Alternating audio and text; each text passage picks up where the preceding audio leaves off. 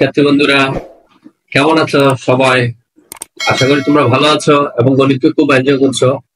দেখো, আজকে আমি বাস্তব সংখ্যার বিএফ শাইন কলেজে একটা নির্বাচনী পরীক্ষা আসছে। অঙ্কগুলো আসলে একটু ডিফিকাল্ট। আমি চেষ্টা করবো তোমাদের খুব সহজে বুঝিয়ে দেওয়ার জন্য। শুরু থেকে শেষ পর্যন্ত স্কিপ না করে দেখবা এবং অবশ্যই এই ধরনের অঙ্কগুলো আসলে তোমরা পরীক্ষাতে করতে পারো। কেমন?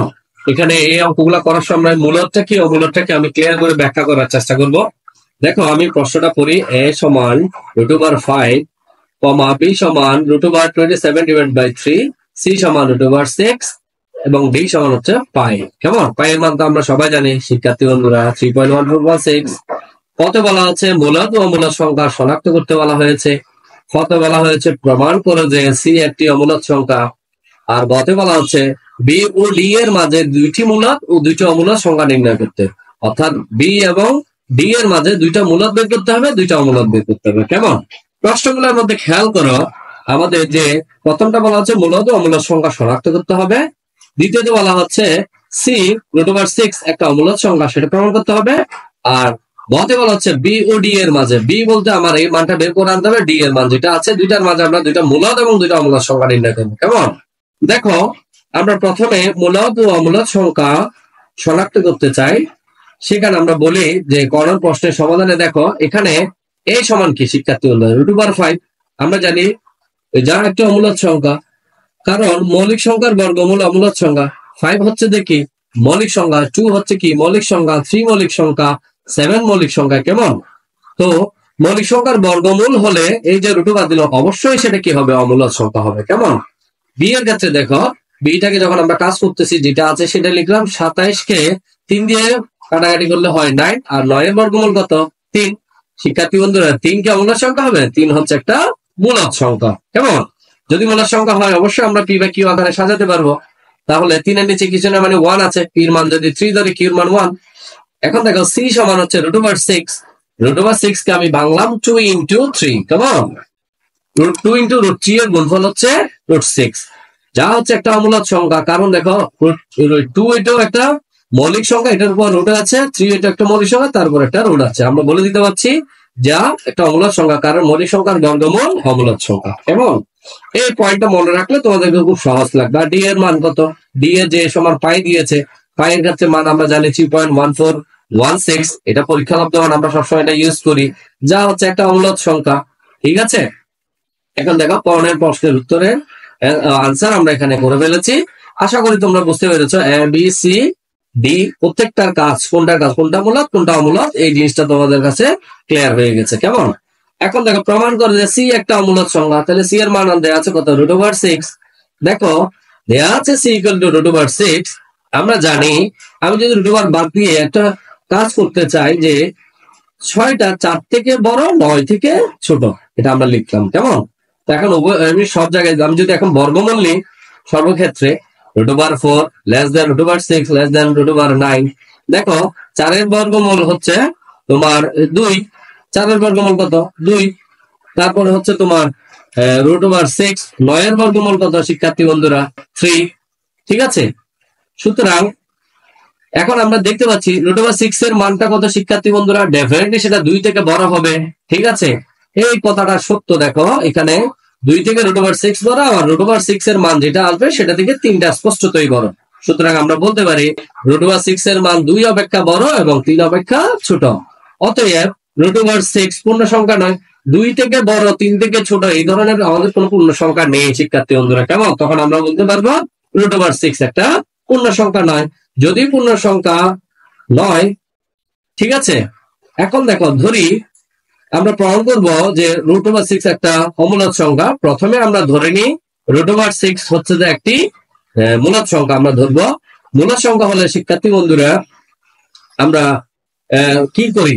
√6 কে পি বাই কিউ আকারে প্রকাশ করার চেষ্টা করবো। যদি আমরা √6 কে পি বাই কিউ আকারে প্রকাশ করতে পারি, তাহলে এটা আমরা বলতে পারবো মূলদ সংখ্যা। আর যদি √6 আমরা পি বাই কিউ আকারে প্রকাশ করতে না পারি, তাহলে আমরা বলবো এটা একটা অমূলদ সংখ্যা। দেখো, এখানে পি বাই কিউটা কি? যেখানে পি ও কিউ স্বাভাবিক সংখ্যা এবং পরস্পর সহমৌলিক, এবং যেখানে কিউ মানটা হচ্ছে যে 1 থেকে অবশ্যই বড় হবে। কেমন? সহমৌলিক জিনিসটা কি শিক্ষার্থী? দুইটি সংখ্যার পি এবং কিউ এর গসাগু হবে কত? 1। যদি দুইটা সংখ্যার গসাগু যদি এক হয় তাহলে পরস্পর পরস্পরে কি হয়, সহমৌলিক হয়। এটা আমি পূর্বের ক্লাসে আলোচনা করেছি। কেমন, দেখো এখন উভয় দিকে যদি আমি বর্গ করে দিই শিক্ষার্থী বন্ধুরা, রুট স্কয়ারে চলে যায়, 6 হয়, এখানে P square by Q square হয়। এখন উভয় দিকে যদি আমি কিউ দ্বারা গুণ করি শিক্ষার্থী বন্ধুরা, 6 কিউ, এখানে হয় পি স্কয়ার বাই কিউ, কারণ কিউ আর কিউ স্কয়ারের মধ্যে কাটা গিয়ে একটা কিউ থাকে নিচে। ঠিক আছে, এখন দেখো 6 কিউ বা 6 Q into P square by Q, এখানে আমরা স্পষ্টতই দেখতে পাচ্ছি 6 কিউ হচ্ছে একটা স্পষ্টতই পূর্ণ সংখ্যা। কারণ কি, কিউ এর মান যদি তুমি 1 দাও তাহলে 6 কে 6, কিউ এর মান যদি 2 দাও 6 তে কোনো 12, আবার কিউ এর মান যদি তুমি -1 দাও -6, কিউ এর মান যদি -2 দাও -12, তাহলে প্লাস মান আর মাইনাস মান সবগুলো হচ্ছে কি টিজার বা পূর্ণ সংখ্যা। কিন্তু পি স্কয়ার বাই কিউ এটা পূর্ণ সংখ্যা নয়, কারণ পি ও কিউ স্বাভাবিক সংখ্যা এবং এরা পরস্পর সহমৌলিক, এবং এখানে কিউ এর মানটা হচ্ছে 1 থেকে কি হবে, বড় হবে। তখন আমরা বলতে পারবো সুতরাং 6 কিউ এবং পি স্কয়ার বাই কিউ সমান হতে পারে না। এই দুইটা শিক্ষার্থী বন্ধুরা সমান হতে পারে না, অর্থাৎ আমরা এটা গাণিতিক ভাবে লিখতে পারি 6 q not equal p square by q. সুতরাং √6 এর মান পি বাই কিউ আকারে কোনো সংখ্যাই হতে পারে না। কেমন, অর্থাৎ আমরা √6 কে পি বাই কিউ দুটোটা সমান করতে পারলাম না। যখন পারি নাই তখন আমাদেরকে লিখতে হবে অর্থাৎ √6 not equal p by q. সুতরাং √6 একটা অমূলক সংখ্যা, আর আমরা √6 এর কার মান ছিল, সি এর মান ছিল। √6 যদি একটা অমূলক সংখ্যা হয়, √c একটা অমূলক সংখ্যা, প্রমাণিত হয়ে গেল শিক্ষার্থী বন্ধুরা। কেমন, এখন দেখো আমাদের গণন প্রশ্নটা, এই প্রশ্নের মধ্যে শিক্ষার্থী বন্ধুরা কম বেশি সবাই ভুল করে। কেমন, আমরা একটু খেয়াল করার চেষ্টা করবো, প্রশ্নটা আরেকবার করি। গতে শিক্ষার্থী বন্ধু বলেছে বি ও ডি এর মাঝে দুইটি মূলক দুইটি অমূলক সংখ্যা নির্ণয় করো। ডি টা আমরা দেখতে পাচ্ছি, আর বি এর মানটা আমরা বের করে ফেললাম। বি এর মানটা শিক্ষার্থী বন্ধুরা আমরা বের করেছি 3। ঠিক আছে, এখন দেখো শিক্ষার্থী বন্ধুরা বি এর মান 3 বের করেছি, ডি এর মান হচ্ছে 5। ক্যালকুলেটর মানলে তোমরা 5 এর মানটা আসবে 3.1415926, আরো এক্সেট্রা এক্সেট্রা। কেমন, এখন দুইটার মাঝে আমাদেরকে দুইটা মূলক এবং দুইটা অমূলক বের করতে হবে শিক্ষার্থী বন্ধু। কেমন, মনে করি বি ও ডি এর মাঝে আমি 4টা বাস্তব সংখ্যা ধরছি, এক্স ওয়াই জেড ডাব্লিউ, তোমরা অন্য কিছু ধরতে পারো। 4টি বাস্তব সংখ্যা হবে বি এবং ডি এর মাঝে। কেমন, যেখানে এক্স সমান আমি ধরেছি 3.10, ওয়াই সমান ধরেছি 3.12।